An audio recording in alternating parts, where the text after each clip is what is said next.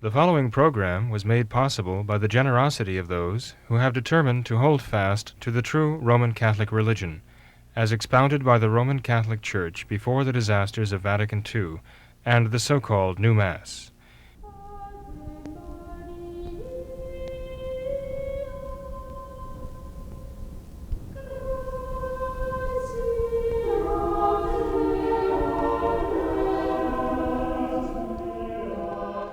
Hello and welcome to What Catholics Believe. I'm your host, Thomas Nagley, and with me tonight is Father William Jenkins. He's a member of the Society of St. Pius V. He's also the pastor of Immaculate Conception Church right here in Norwood, Ohio. Hello, Father. How are you? Very fine, Tom. Thank you. How are you doing this fine year? Doing well, Father. Thank you. Yes, that's right. We are officially in the new year, new decade, even here in the 2020. Father, these are certainly tumultuous times that we're living in. There's a lot going on, a lot of current events, and so I'd like to run just a couple things by you and get your take on some current happenings in the world. One, of course, has to do with Francis and this hand-slapping incident that took place, I believe, on New Year's Eve in the Vatican when Francis was making his way to the nativity scene. Apparently, one of the woman members of the crowd, as Francis was going along, kind of shaking hands, she just kind of grabbed his hand and wouldn't let go. As he went to pull away, she held on, and Francis kind of very quickly was startled, turned around, slapped her on the hand a couple times, kind of lost his composure for a minute. And this incident has been getting a lot of press, Father. So what is your take on this hand slapping incident? Well, people are making much of that. You have an elderly person who is going down the line greeting people, and his hand is grabbed, and the woman was obviously pulling him. Maybe she wasn't intending to pull him toward her, but she was just not about to let him go. There's all manner of speculation as to what she was saying to him. She was in Asia, possibly China. Some speculate she was talking about what's going on in Hong Kong or going on in China with the church. The modern church there under the Communist Party. But in any case, his reaction generated an enormous amount of press, right? Because it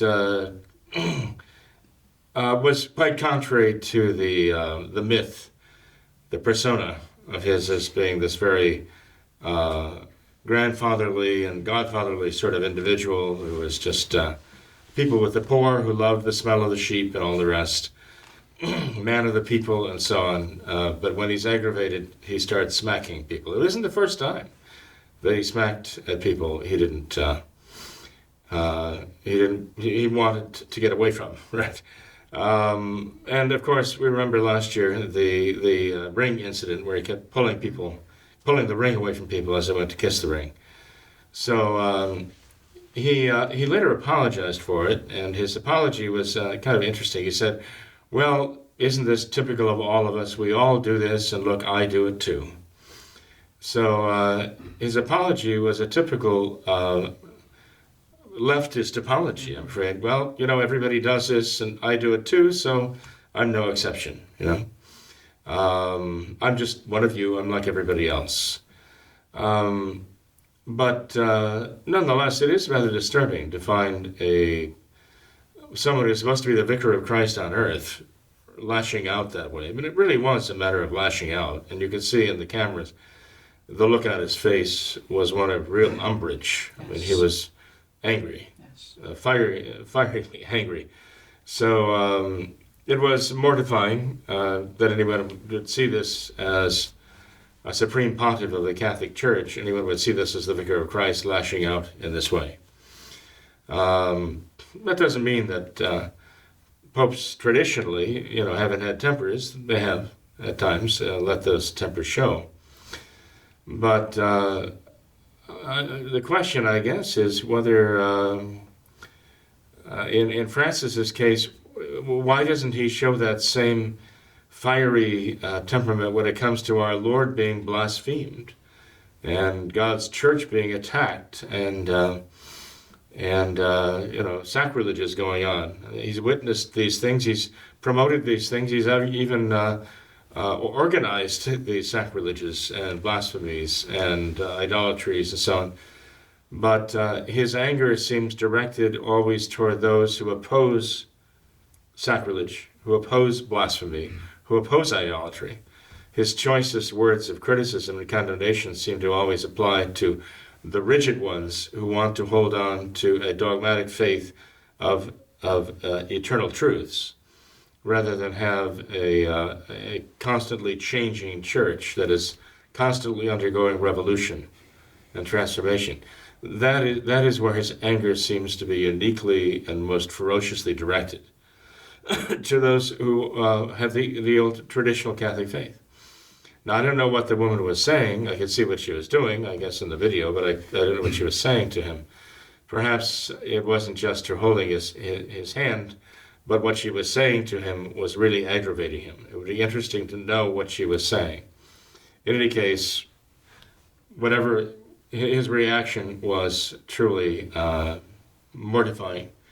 And he apologized, sort of, for it afterwards.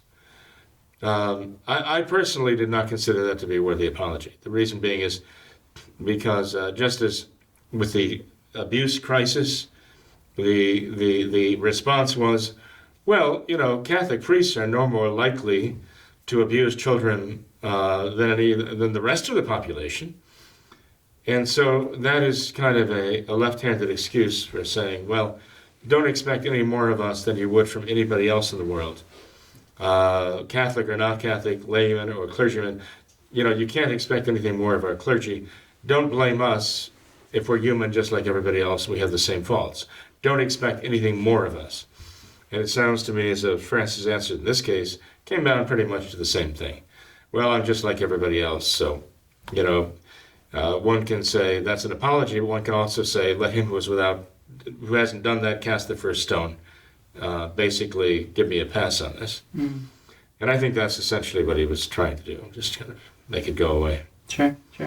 Well, Father, one aspect that I thought of when viewing this incident was, there's so many would-be traditional Catholics in the Novus Ordo Church, maybe the more conservative-minded ones, who are just so incredibly patient, even to a fault, when it comes to Francis. He leads them down this road towards liberalization of the church, of his Novus Ordo Church, and they just kind of go along with it, and no matter what radical steps he takes, they just say, "Oh, he's the Pope. We can't go against him." And yet, contrast that with this attitude of Francis that I really think was manifested in this incident here, where the second one of his faithful literally tries to pull him in a direction that he doesn't want. He is literally ready to instantly just kind of lash out. So I thought it was interesting to kind of contrast those two. I think you're right, Tom. It is interesting to see that. Also, he has tenders at either side of him, sort of like Secret Service men, and why they didn't, maybe they did step in. I guess they did intervene somewhat there. But one thing you notice with him, he has a very low tolerance level for the faithful who are crowding him, a very low tolerance level when they invade his space. And he has a very, very, very low tolerance level for anything that speaks of traditional Catholicism. Those are the things that bring the beast out of him. And you're right. I mean, the New Order conservatives have seemingly endless capacity for somehow spinning what he says or explaining it away, minimizing it, or even condemning it, but saying it has no practical consequences, whatever it might be. They just seem to always come back to the fact that, well, he's our Pope, and so we have to be respectful, even if he's spitting on the crucifix, or even if he's denying Christ. We have to somehow find a way to not justify it, but minimize it, or at least say it has no practical consequences when it comes to the faith. But this is in stark contrast to Francis's manifest impatience, even beyond impatience, just a kind of a seething anger toward anything traditional, anything of traditional Catholicism. Father, I think it would be interesting to see if anything more comes of this, and if anything is found out of the woman that was involved in this, because apparently there are some who said, I'm not sure if this is on video or not, but there are some who say that the woman actually made the sign of the cross immediately before she kind of came up to Francis there. So kind of a lot of interesting things happening there. So we'll see what comes of it. But well, Father, something else in the news is this situation in the Middle East. What's happening there with the bombings? Apparently there was a kind of a takeover of one of the American embassies in the Middle East, and there's been a reaction here in the United States to that, and President Trump has ordered some airstrikes over there, and there's a lot of controversy, a lot of debate surrounding the morality of that and kind of what happens next, if this is going to trigger a World War III or another endless war in the Middle East. So what's your take on all of that, Father? Well, there was a drone strike that was ordered by President Trump himself to kill the leader, I guess the top general in Iranian military, right? Who not only had terrorist ties, but is quite well known to be a director of terrorism, including terrorist acts against United States American citizens.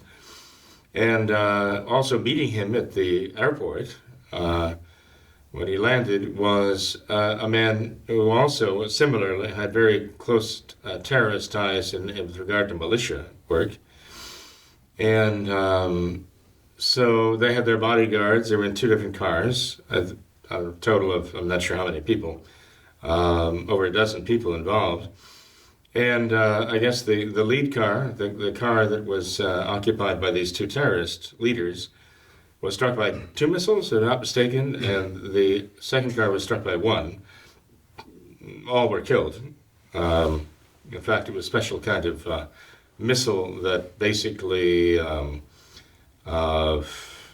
just disintegrated the vehicles, right? They had to identify the Iranian general by a ring that was on his finger. They couldn't find anything else, visible to identify him by.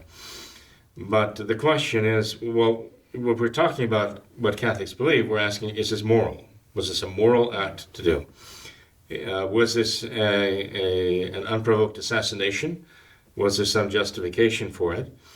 I think that very much depends on whether you consider them to be combatants in an actual war.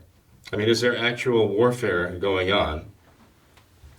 And of course, there are those who insist, no, this man was a poet, and he was, a noble individual, as the Democrats and as the leftists and progressives want to say in this country. And just as they wanted to say that Baghdadi was a religious scholar and so on, they wanted to pass him off as this.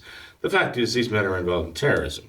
We have plenty of evidence to that effect. At least the sources whom I trust say that that is true. President Trump insists that it was true and insists that they were meeting to plan attacks on Americans.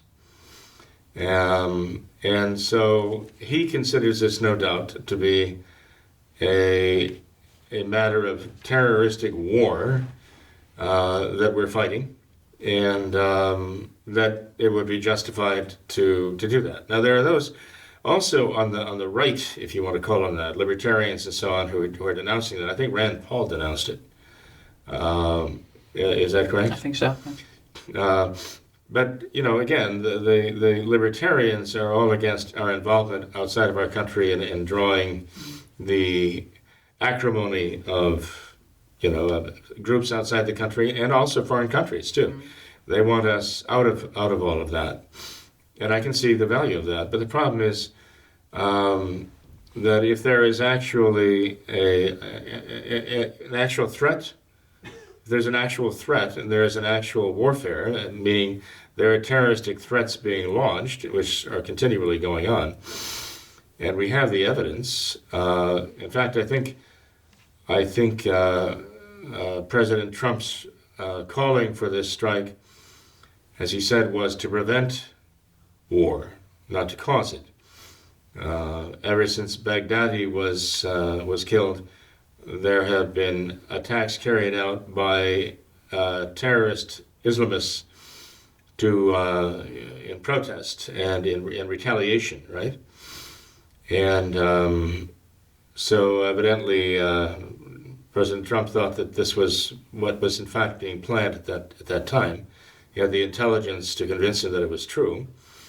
Of course, Nancy Pelosi and Charles Schumer and the rest of them complained, and who was it?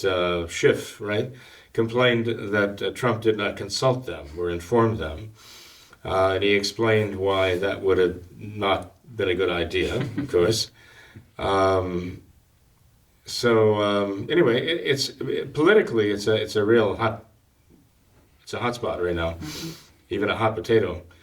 But in terms of Catholic morality, if what we're being told that our intelligence has made clear, has revealed to us, I think it was morally justifiable to carry it out. Okay.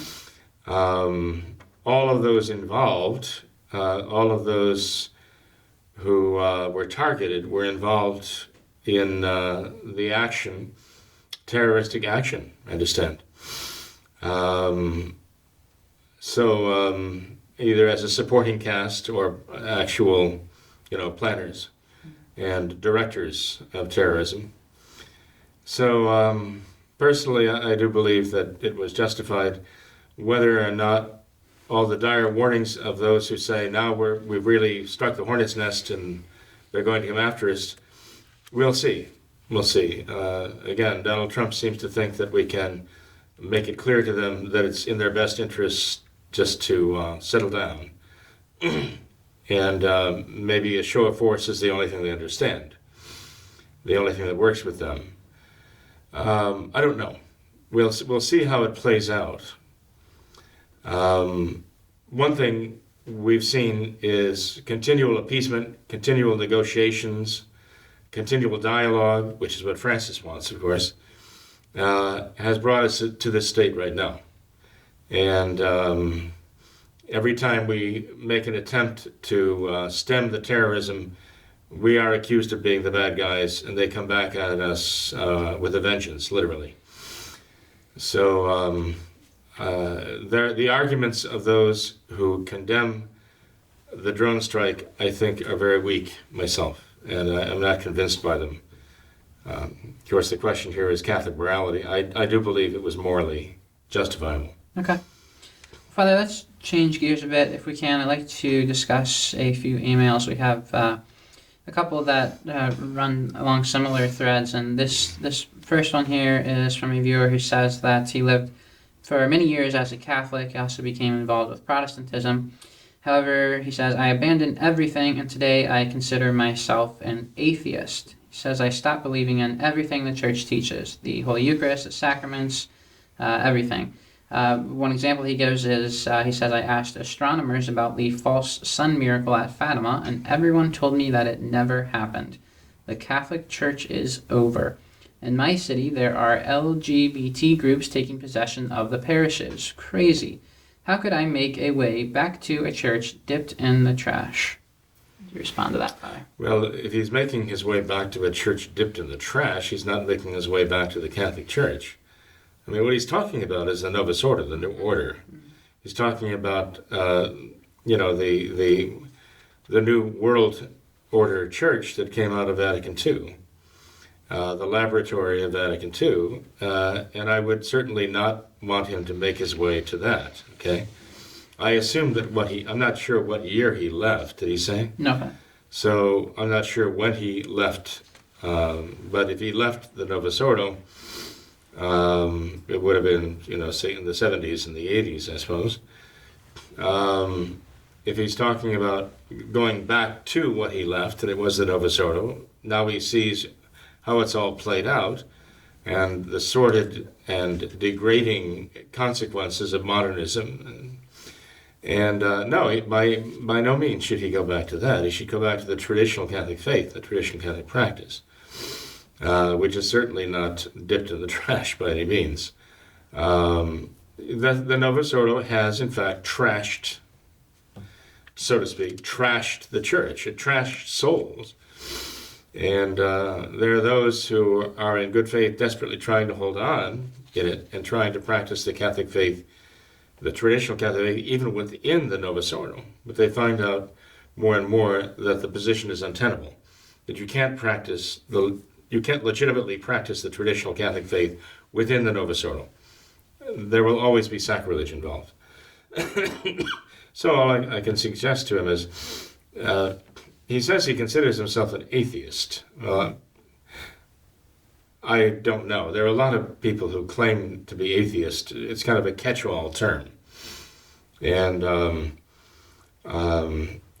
you find atheists who are not atheists at all. They have a very firm belief in God. They're just angry at God. They don't like the things that are going on. They want someone to blame, and they'll blame God.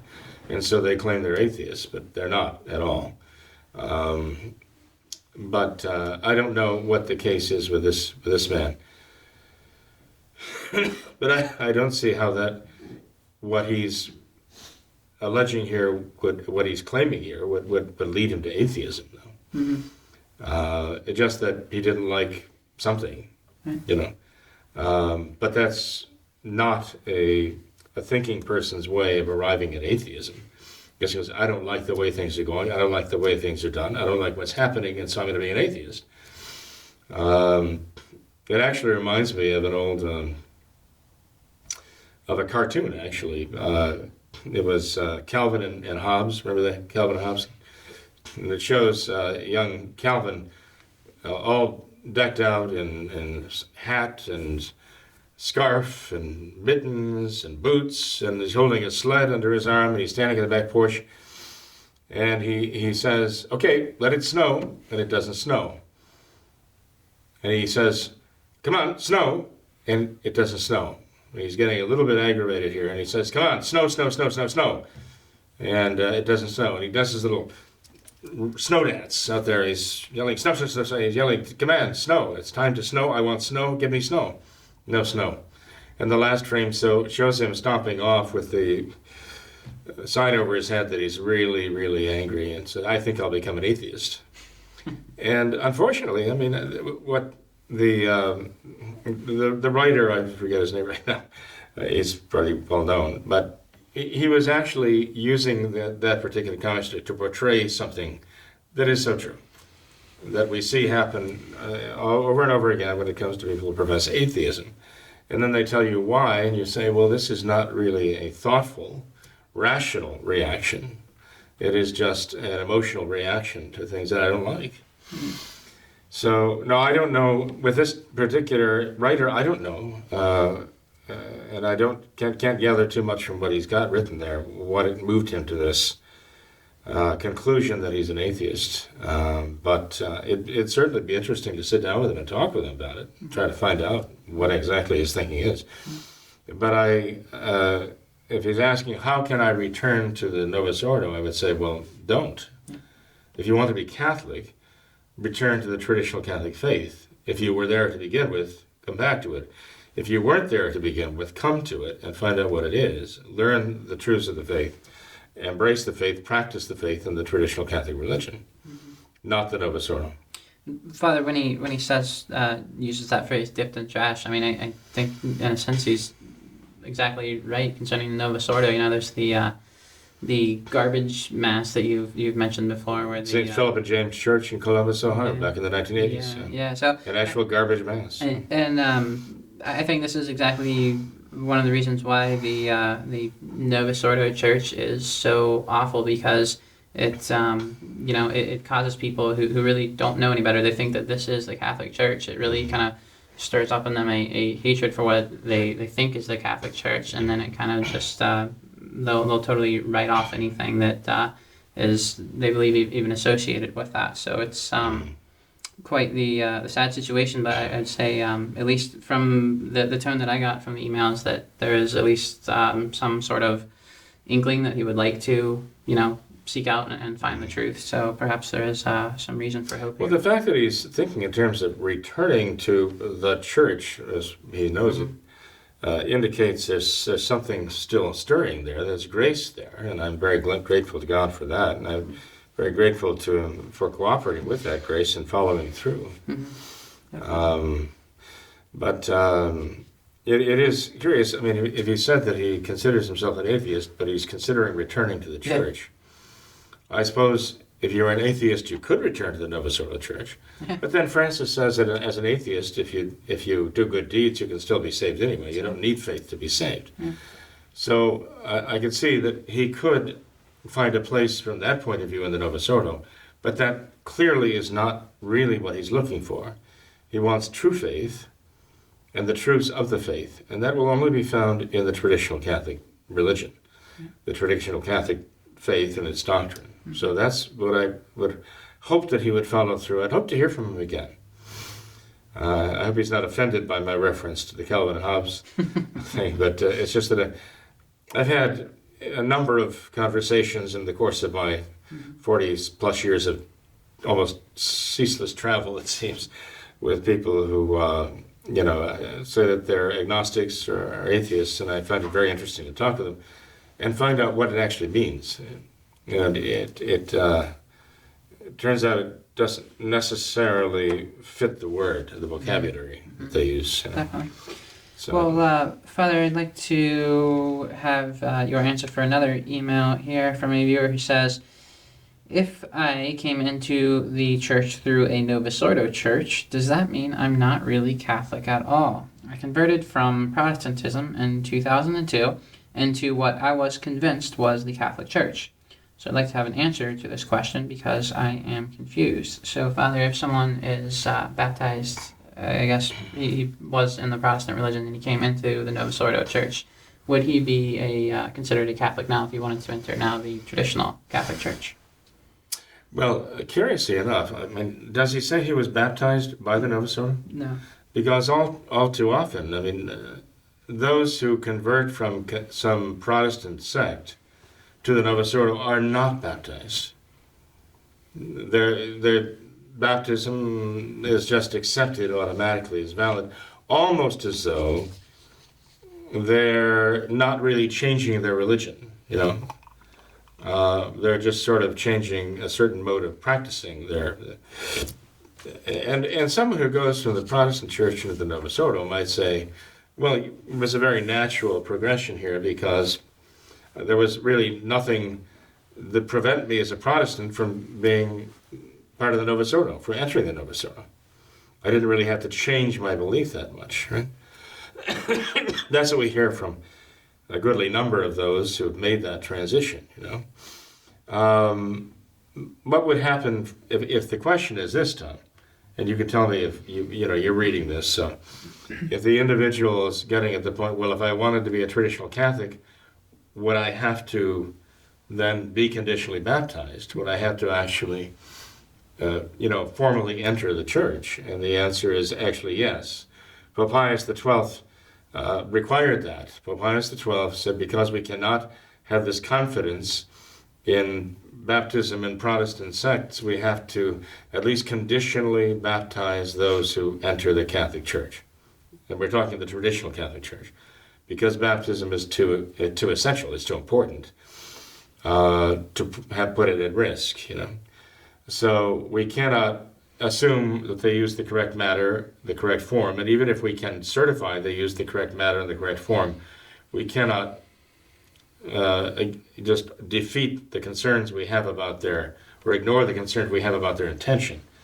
If they have a contrary intention to the true Catholic concept of baptism, then that would invalidate their baptism in the Protestant sect. What if one were baptized in the Novus Ordo religion? Well, again, because there are various priests who just freelance or have a contrary intention. We actually received a videotape of the baptism of a child by a deacon in the Novus Ordo. And the deacon was saying to the people gathered there for the baptism that they used to believe, he says, used to believe in original sin and all that stuff. We don't believe any of that anymore. We're just welcoming little Walter here to the community. We're just initiating him into the group, the society, the church. Well, clearly there's a contrary intention, a formal rejection of the church's teaching, So there you don't find the intention to at least do what the church does. Even if the man used let's say the traditional Catholic Roman rite of baptism and said the words in Latin, and poured the water and all else was okay in terms of the matter and the form, That contrary intention is all the evidence you'd need that baptism was not a valid baptism. And Pope Pius XII is making the point, we can't have confidence now in the Protestant ministers. Note, we're talking back in the 1940s, here, the 50s, that they don't have a contrary intention, so we have to at least have a conditional baptism for Protestants who are entering the Catholic Church. There was no other church than the traditional Catholic Church back then. No other Catholic Church, obviously. And also, Tom, in terms of converting from the Novus Ordo, if we find that you had the correct matter and the correct form applied, as is allowed for and prescribed actually in the new order rite of baptism, and we find that there is no question whatsoever about the intention of the priest or even the deacon who did the baptism, we would not gratuitously pronounce that invalid. Okay? But if there is any doubt about the matter or the form or the intention, if there's any real doubt about these things, yes, even from the Novus Ordo, we'll want there to be a conditional baptism. Okay. Now, somebody who's converted from a Protestant sect into the Novus Ordo might not really be required to learn the Catholic faith. And so we found that it is necessary to go through the Catholic Catechism with them to make sure that they have a knowledge of Catholic doctrine. And so, again, one cannot assume that because somebody has entered a Novus Ordo, the Novus Ordo, that they have a sufficient knowledge of the true teachings of the Catholic Church. So we do have to have a program of teaching them and have them read the Catechism and make sure they understand it and believe it before they can be received into the faith. Okay. Then they have to make an abjuration of error, a profession of faith, and a conditional baptism if they're coming directly from a Protestant sect. If they have not been conditionally baptized in the Novus Ordo, or baptized in any way in the Novus Ordo, we don't even have that to look at. But in any case, we do find that there are those who come to us from the Novus Ordo. We do not automatically rebaptize, as it were, conditionally, anyone who comes from the Novus Ordo. We look at it as a case-by-case basis.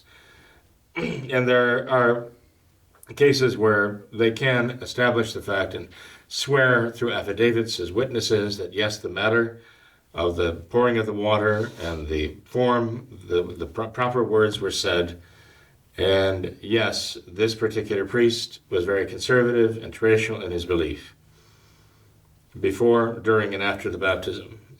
And he professed the Catholic faith about baptism. In a case like that, we would not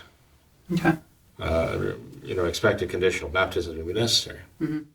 Father, my wife and I were recently very blessed to witness a baptism that you actually performed yourself here at Immaculate Conception Church just recently on Christmas Eve, actually, of a very, very fine gentleman who was previously a member of the Protestant religion and now is baptized in the traditional Catholic faith. And it really just struck me about the intricacy of it all, and kind of what you're describing here, all of these steps that are taken. That is quite the contrast to the Novus Ordo, where if a Protestant were to enter the Novus Ordo church, there would be none of that. Well, there it's just kind of a welcome to the fold. I mean, there's nothing really serious that happens. So like you said, there could even be an atheist who could just come right on into the Novus Ordo church and fit right in, and there's nothing.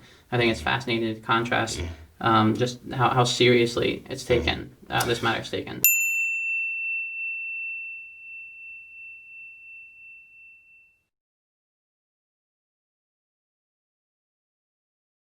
Well, Tom, not only did you witness this, you were the godfather, right? Yes. And I know Jonathan much appreciates that. You know, he specifically wanted you and your noble wife, Hannah, to be godparents, which is quite an endorsement, I would say. But Jonathan was received into the Catholic faith, the traditional faith, of course. When I say the Catholic faith, I mean the true Catholic faith. On Christmas Eve, right, received his first Holy Communion at Christmas midnight Mass. Yes. And it was very beautiful. I think everyone present there was quite moved by that. And easily 500-600 people were present. And just a week later, New Year's Eve, I was anointing him in the hospital. And he is still in the hospital right now. It's determined that an illness which he's had for going on 10 years now, but which undetected, has finally come to the point now where he's gravely ill. So I consider it providential that he finally has found his way into the traditional Catholic Church, made his first Holy Communion, and now in the face of this grave illness is able to receive the sacrament of extreme unction to help him physically deal with this grave illness that he has. So I ask everyone to pray for Jonathan. He's a good soul. He arrived on our threshold here as a chicken farmer, actually. That's right. A chicken farmer from Tennessee. And that's all I knew of him, that he was a chicken farmer from Tennessee, about 32 years old or so. And I didn't realize his academic background. When he had been watching What Catholics Believe, he had decided that the Catholic faith was the true faith. He'd begun reading. He'd read substantially through catechisms. Little did I know at the time that he could have read the Catechism of the Council of Trent in the original Latin if he wanted to, because he went back to Tennessee after our initial meeting and said that every time he could get free from the chickens, he would come up and we'd sit down and we'd go through the catechism more to move him toward, conversion. And lo and behold, when he went back to the chickens, he sent his resume in. And I was extremely impressed by his resume because he had advanced degrees and degrees from European universities, and he was obviously quite the scholar. Speaks Latin, classical Latin, and Greek, and certainly reads them, and also French and Italian and German, and I believe Spanish too, and English, of course. And he's quite fluent, I've discovered. And but he's also a violinist and keyboardist, plays the piano very beautifully, and he has a trained tenor voice, and has all of these talents here. I had no idea. The chicken farmer from Tennessee had all of these talents, and his background is also very interesting in many ways, even in terms of horticulture and just agriculture.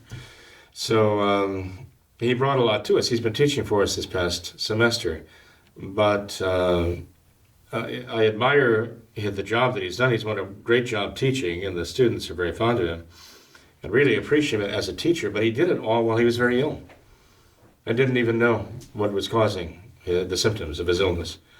So with that, I just thank God for the graces he's given to Jonathan, and I thank Jonathan for cooperating with those graces. And I do ask everyone to pray for him and his family too. Definitely, absolutely. Well, Father, one more email that I'd like to get into, if we could. It's titled A Response to Father Jenkins on Traditional Catholics in the Indult Mass. That is the title of a very popular video on our channel that you made some years ago, Father. We can link to that video here, I'm sure. And this viewer says, it's a woman from California. She says that she just finished watching that video. With all due respect, Father, I was upset by your tone in the video. She says that you belittled, quote, would-be traditional Catholics, like myself. She says, Father, that you never really offered any kind of solution for those, quote, would-be traditional Catholics who live in an area without a Society of St. Pius V Mass location. She says, Father, that if the Church was infiltrated from within to destroy it, cannot the Latin Mass people and sincere priests who only dedicate themselves to the Latin Mass at least be given some credit for trying to infiltrate it back to tradition? At least we are willing to fight from within. You don't know our hearts, and for you to call us, in a sense, modernist is really uncharitable of you, Father. How would you respond to that? Well, I didn't call them modernists. I might have called them would-be traditional Catholics. But my point is, though, that, as I said earlier in the program here, it's really impossible to legitimately practice the traditional Catholic faith within the Novus Ordo, because it will ultimately always involve sacrilege of some kind. There has to be some kind of compromise made where there is going to be sacrilege and some kind of, well, perhaps the dear lady, is it a lady? Yes, I think yes. This dear lady might have interpreted my words in the worst possible way, and maybe they came across that way. But my point was that one should really free himself or herself from the Novus Ordo entirely. Modernism is, as St. Pius X described it, the synthesis of all heresies. And we have now in the Novus Ordo, the new order, from the top down, we have modernists, and yes, they have all embraced modernism to some extent.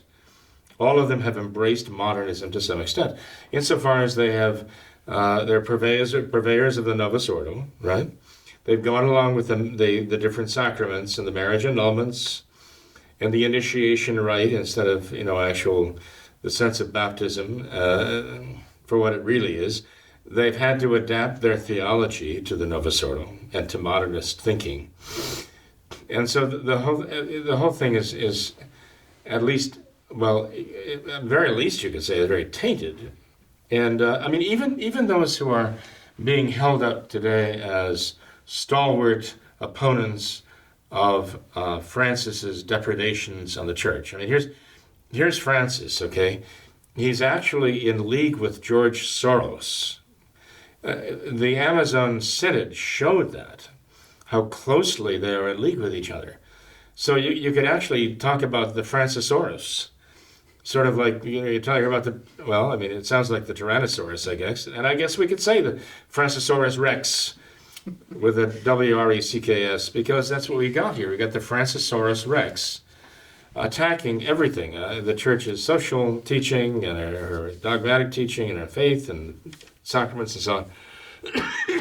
So we have this monster on the loose here, which is modernism brought into league with leftism and socialism and really Marxism in the Francissaurus alliance there.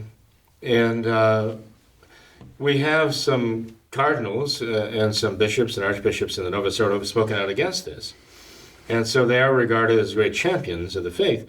But they have been going along and actually not only representing, but promoting the Novus Ordo all this time, since Vatican II. The new Mass, the new sacraments, the new catechisms, all these things, that has been their stock and trade, too. And they're very protective of that, even to this day. They will not acknowledge that Vatican II really was a sharp turn to the left, and took the church, basically hijacked the church.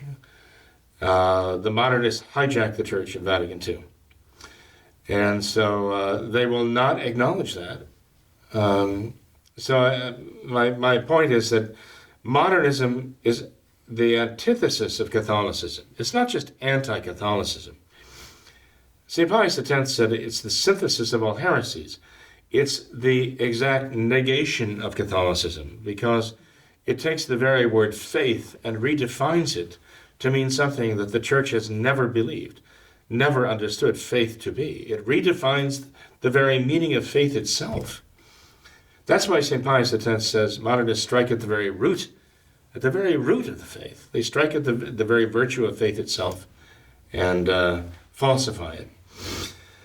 So until they're willing and ready to acknowledge, look, we've been off the track here, they can even tell us, in good faith, but we've definitely now see that we've gotten off the track. And we now trace it back to the origins of this at Vatican II. And we realize now we have to retrace, we have to go back there. We have to go back and presume the practice of the faith as it was at that point. That's my whole point. And this is what I wanted to get across to this dear lady. When she talks about fighting from the inside, I will tell her what I know. Back when this was happening, we were trying to fight it from the inside. And got nowhere. I mean, things were changed. It was like Tiananmen Square with the tank rolling off over the protester there. We're incapable of withstanding it. Now, after 20 years, from 1968 to 1988, and since 1988 now, they are allowing the Latin Mass, okay, the 1962 version of the Latin Mass, they're allowing it under controlled circumstances in the Novus Ordo. For the first 20 years, they wouldn't even allow that, okay? But their whole purpose was to gain control over it and to gain control over people like her who still had the faith, but keep them in the Novus Ordo and keep them supporting the Novus Ordo. So again, if you are inside the Novus Ordo trying to work from within, you're still in the Novus Ordo and you are still contributing to it, and you're still basically saying it is Catholic. And if you believe it is Catholic, then that's what you should be doing, the Novus Ordo. If you don't believe it is Catholic, you shouldn't be involved in it. Mm-hmm. You shouldn't be affiliated with it, and you shouldn't be representing it.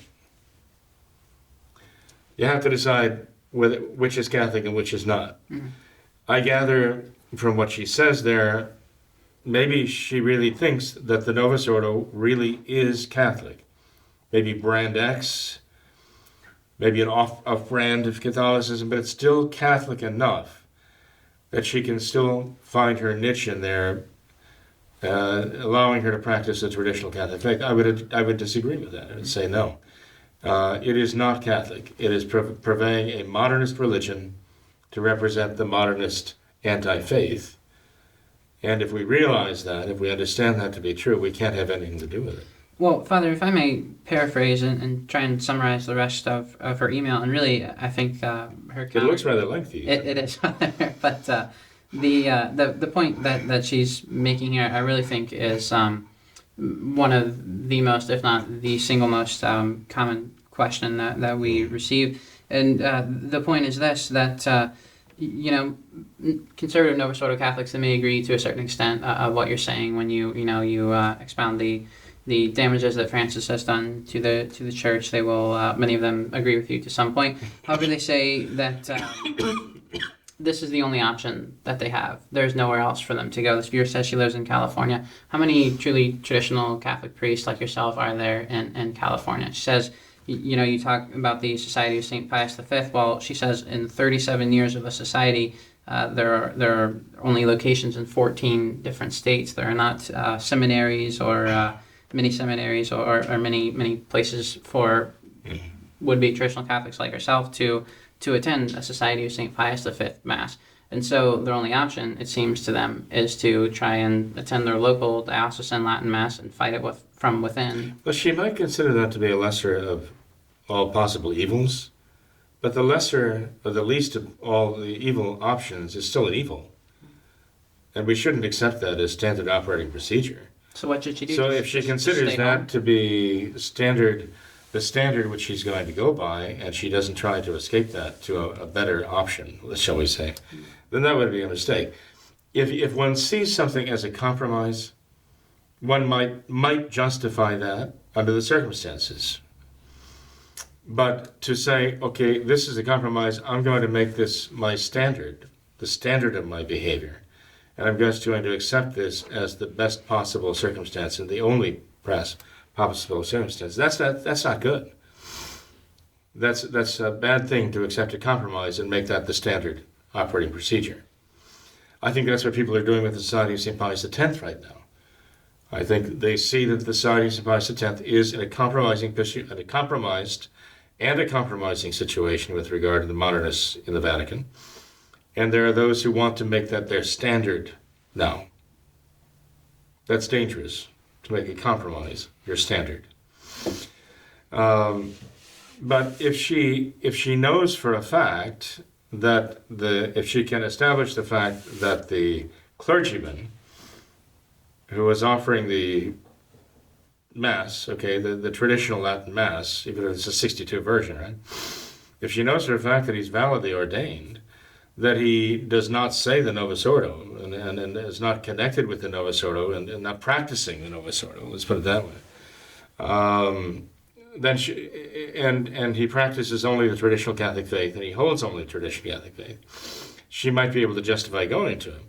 But she has to realize, though, that officially she is accepting what the Novus Ordo stands for, in the sense that if he is a clergyman of the Novus Ordo, he's connected with all of the evils of the Novus Ordo. Officially speaking, he is a part of that. All of the marriage annulments and all the rest. I mean, there are things that he has to go along with. And so this dear lady here might say, well, I don't accept all those Novus Ordo marriage annulments because I know they're wrong. I know they're just condoning adultery.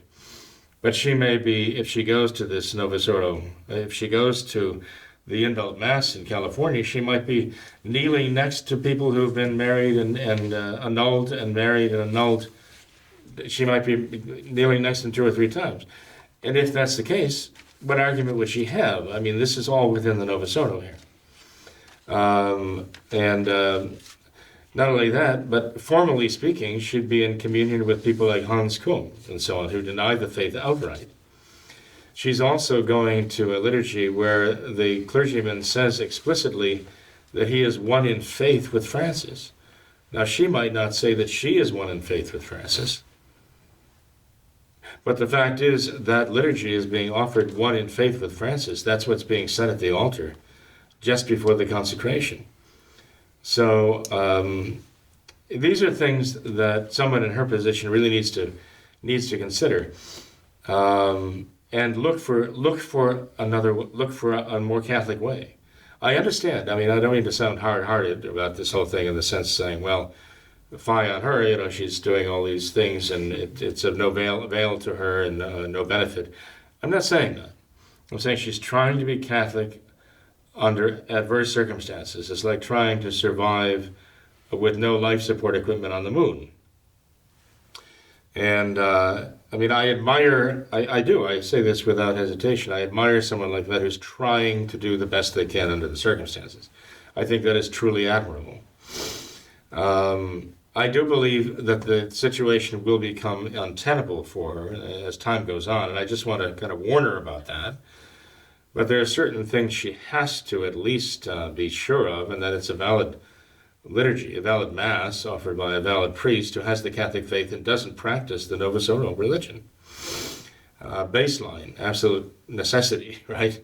But I do believe that as in the course of time, as she sees more and more a compromise, she's going to realize, I can't do this. I cannot continue this way.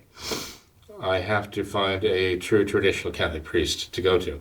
So I would advise anybody in her position to be aspiring to that, working toward that, trying to make that happen, and as soon as possible, to find a way to get to a true traditional Catholic Mass offered in a true traditional Catholic chapel with a true traditional Catholic priest, and one who's not compromised by the Novus Ordo or compromised with the Novus Ordo. Mm-hmm.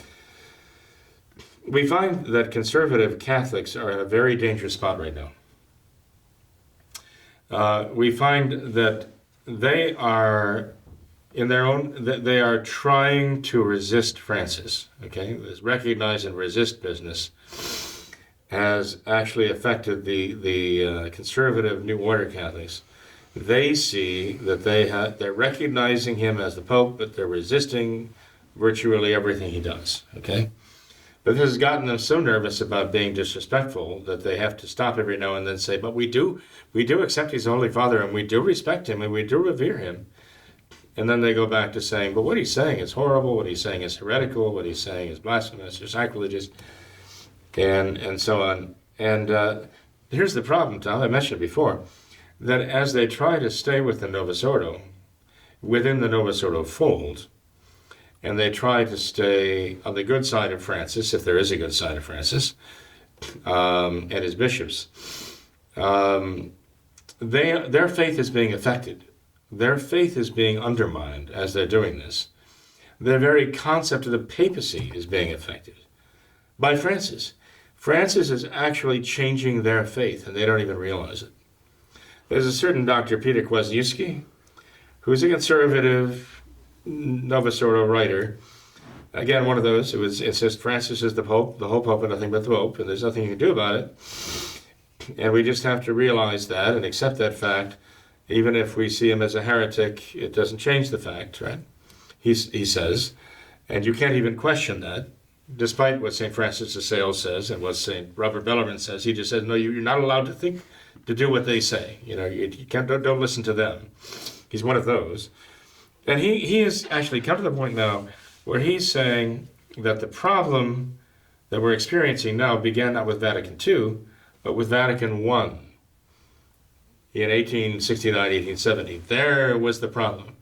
Well, of course, if he is thinking the way he's thinking as a conservative Novus Ordo who can't even accept the possibility that Francis might not be the vicar of Christ on earth and might not be the supreme pontiff of the true traditional Catholic Church, if he cannot even accept that possibility, then he's going to have to start questioning everything else eventually, right on down the line. And now he's questioning the wisdom of the First Vatican Council under Pope Pius IX of defining, the doctrine of the infallibility of the Pope, with the statement of that infallibility, with actually what that did was it defined the meaning of the extraordinary magisterium of the Church with regard to the Pope himself. The council, general councils or ecumenical councils, are also a work of the extraordinary magisterium of the Church. The Pope defining ex cathedra is an example of the extraordinary magisterium of the Church at work.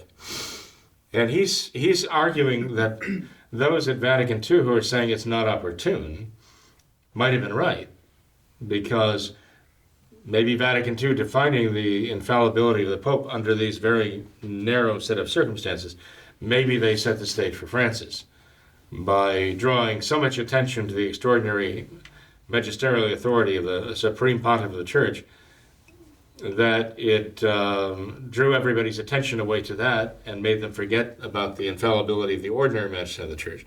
So he's actually now, again, trying to find his way through what is really a conundrum, an enigma, a dilemma in his own mind. And all because he cannot come to grips with the fact that there is a serious doubt, an objective doubt about the legitimacy of Francis as a pope. It will necessarily lead to false conclusions and lead them down false trails, and it will affect their faith. This is where I see the conservative New Order Catholics who want to be Catholic and have the Catholic faith and want to practice it in its integrity. That's where I see the danger is for them now. And the next step, I fear, is that somebody's going to say, well, let's do this. Let's come up with some kind of a hybrid between traditional Catholicism and the modernist changes. Let's make some sort of a special rite of Mass and sacraments, which is a kind of a Frankenstein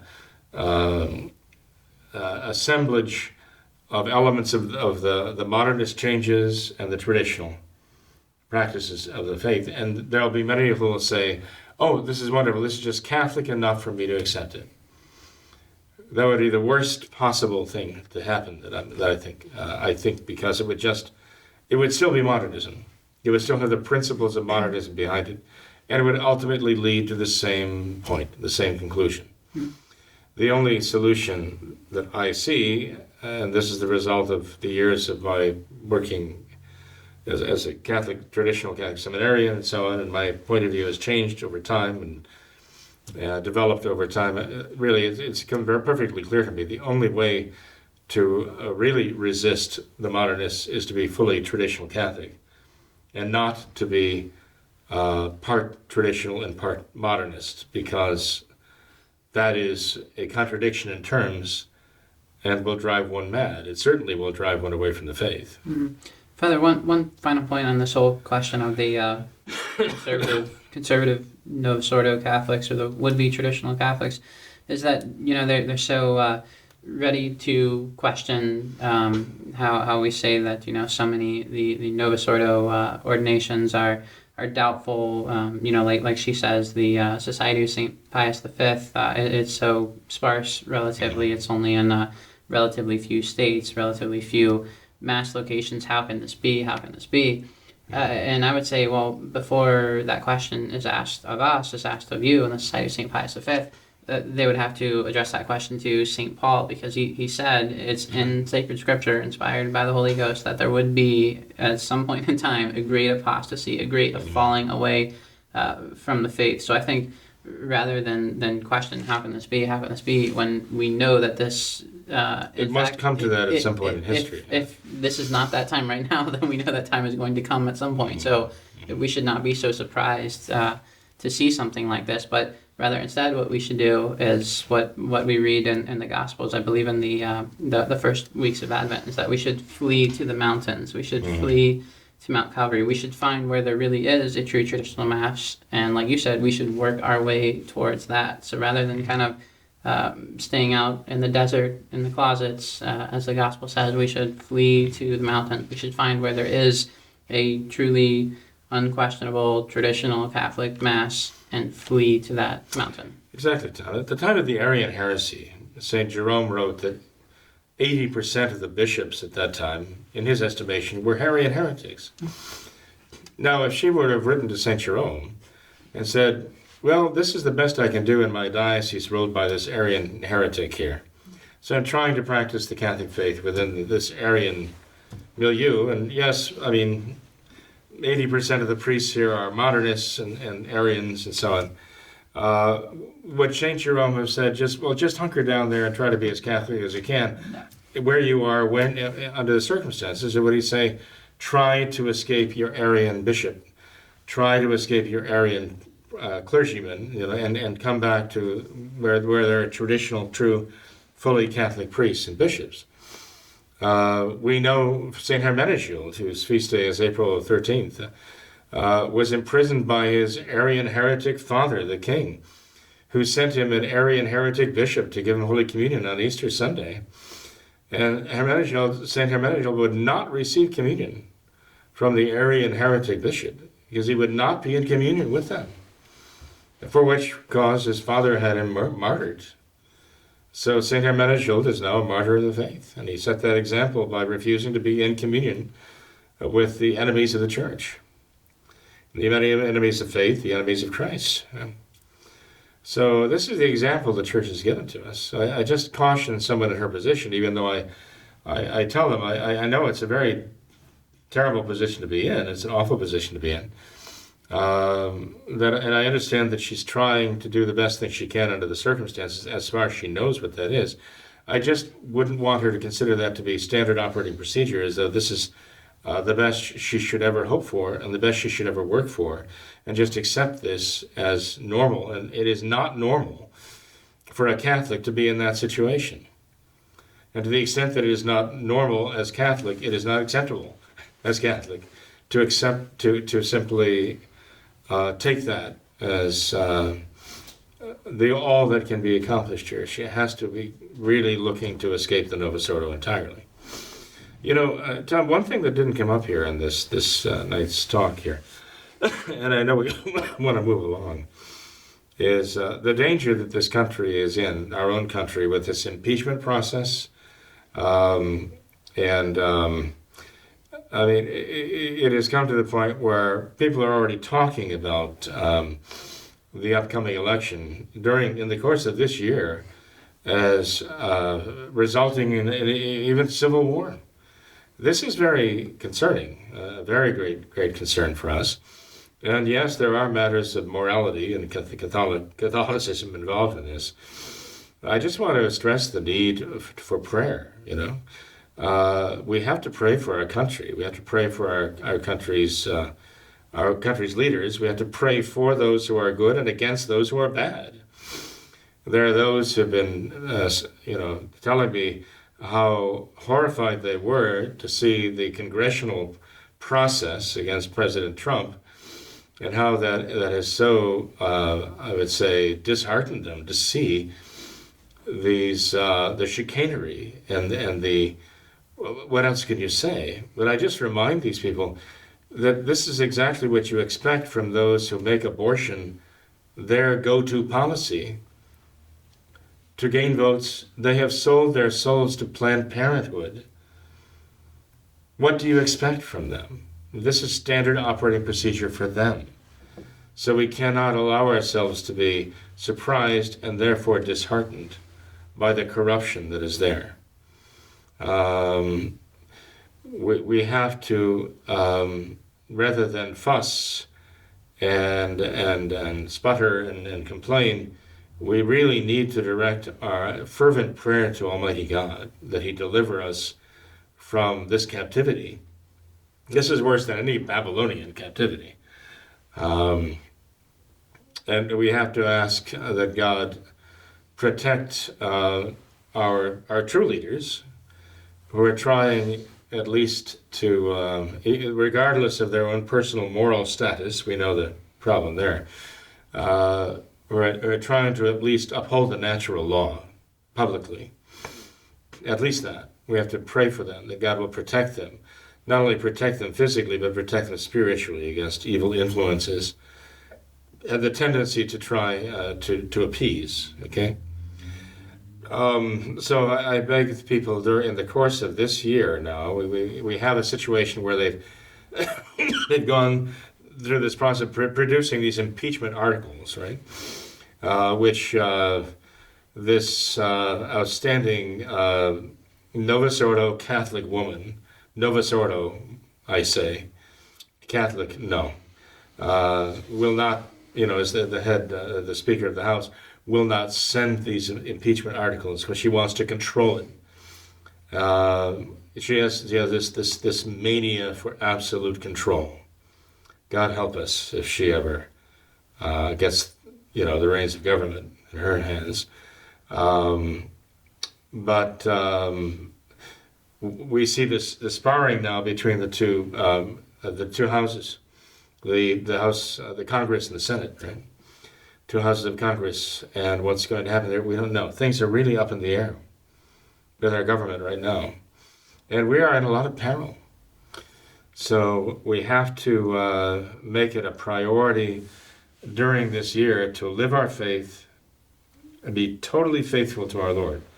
Put away any habits of mortal sin. Realize that Our Lady was pleading with us at Fatima to give up the habits of mortal sin, especially sins of impurity that so offend Almighty God. And we have to learn to pray as Catholics should. That means through the traditional Catholic Mass as the holy sacrifice of our Lord at Calvary, offered on our altars, and we have to learn to pray the Rosary devoutly and really pray it, not just say it. We have to learn to pray that Rosary. And we have to try to also be emissaries of our faith. We have to go out and not be timid about our faith. We have to be very bold about our faith and our belief. And look for all those souls out there who are wandering, who are looking right now. We mentioned Jonathan, right? And there's so many others like him out there too, who just need a clear voice like the sound of the trumpet that they can follow, they can hearken to. Well, each one of us should aspire to be that this year. Definitely. Well, Father, thanks for your time. I appreciate it, and I know that all of our viewers, and myself included, would like to wish you a very Merry Christmas and a blessed New Year to you. Well, I return that wish for all concerned. Blessed Christmastide lasts until February 2nd, as everyone knows, right, or should know, and on a very blessed coming year, too. Thank you, Father. God bless your time. Thanks to all of our viewers as well for watching this episode of What Catholics Believe. Until next time, we ask that you all remember the words of Our Lady at Fatima, to consecrate yourselves and your families to the Immaculate Heart of Mary, and finally to pray and do penance. Thank you, and God bless you.